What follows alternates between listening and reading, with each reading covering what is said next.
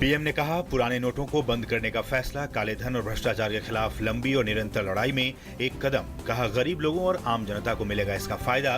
प्रधानमंत्री ने आम लोगों से मांगे सुझाव और उनकी राय। नरेंद्र मोदी ऐप के जरिए सर्वे में हिस्सा लेने की अपील की।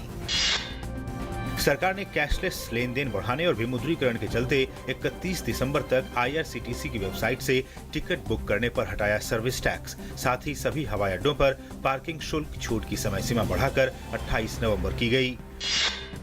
बिग बाजार ने भारतीय स्टेट बैंक के साथ मिलकर देश भर के अपने 250 से अधिक स्टोर्स पर मिनी ATM से कैश निकालने की सुविधा शुरू की। 24 नवंबर से देश भर के 115 शहरों के 258 बिग बाजार और FVB स्टोरों में ये सुविधा उपलब्ध होगी। पुराने नोटों को अमान्य करने के मसले पर फिर नहीं चली संसद। विपक्ष के हंगामे के चलते दोनों सदन बुधवार तक के लिए स्थगित। सरकार ने कहा, चर्चा से भाग रहा है विपक्ष। जम्मू कश्मीर के माछिल में पाक की ओर से घात लगाकर किए गए हमले में 3 जवान शहीद, 1 जवान के शव के साथ की गई बर्बरता। सेना ने कहा, पाक को देंगे मुंहतोड़ जवाब। रक्षा मंत्री मनोहर पर्रिकर ने पाकिस्तान की हरकत को बताया कायरतापूर्ण। लोकसभा की 4 और विधानसभा की 8 सीटों के उपचुनाव के नतीजों से काले धन के बारे में सरकार के कड़े रुख को मिला समर्थन। भाजपा ने मध्य प्रदेश और असम में लोकसभा उपचुनाव जीता। तृणमूल कांग्रेस ने पश्चिम बंगाल में जीत हासिल की। अरुणाचल में भी भाजपा को मिली 1 सीट। प्रधानमंत्री नरेंद्र मोदी ने बीजेपी नेता केदारनाथ साहनी को अर्पित की श्रद्धांजलि। कहा, मूल्यों का हनन जीवन में है चिंता की सबसे बड़ी बात। प्रधानमंत्री ने कहा, लोगों को साहनी द्वारा प्रस्तुत किए गए उदाहरण का करना चाहिए अनुसरण।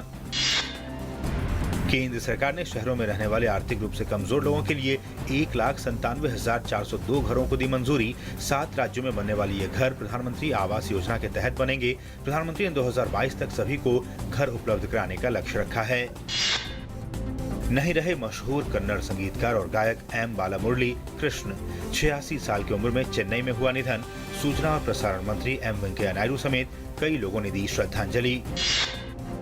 भारत ने स्वदेश में निर्मित परमाणु क्षमता से लैस अग्नि 1 बैलिस्टिक मिसाइल का ओडिशा के तटवर्ती इलाके में सफल परीक्षण किया। जमीन से जमीन पर मार करने वाली इस मिसाइल का यह परीक्षण सेना के लिए किया गया। अमेरिका के नवनिर्वाचित राष्ट्रपति डोनाल्ड ट्रंप ने कहा है कि वो हिलरी क्लिंटन के ईमेल के मामलों की आगे जांच नहीं करवाएंगे ताकि वो इस सदमे से उबर पाएं। ट्रंप ने अपने चुनाव प्रचार अभियान के दौरान हिलरी को जेल में डालने की बात कही थी और उनके समर्थकों के बीच हिलरी को जेल में बंद करो एक लोकप्रिय नारा बन गया था। अमेरिका में करीब 35 बच्चों को लेकर जा रही एक स्कूल बस के एक पेड़ से टकरा जाने से कम 5 बच्चों की मौत हो गई है। अधिकारियों की जानकारी के मुताबिक बस में सवार बच्चों की उम्र 5 से 11 साल के बीच है। बस टेनेसी के चटनुगा शहर में पलटकर एक पेड़ से जा टकराई। मिस्र की एक अदालत ने जासूसी एक मामले में पूर्व राष्ट्रपति मोहम्मद मुर्सी को दी गई उम्र कैद की 2 सजाओं में से एक को रद्द करते हुए मामले में फिर से सुनवाई का आदेश दिया। अदालत ने 15 अन्य मुस्लिम ब्रदरहुड नेताओं को दी गई आजीवन कारावास की सजा को भी रद्द कर दिया।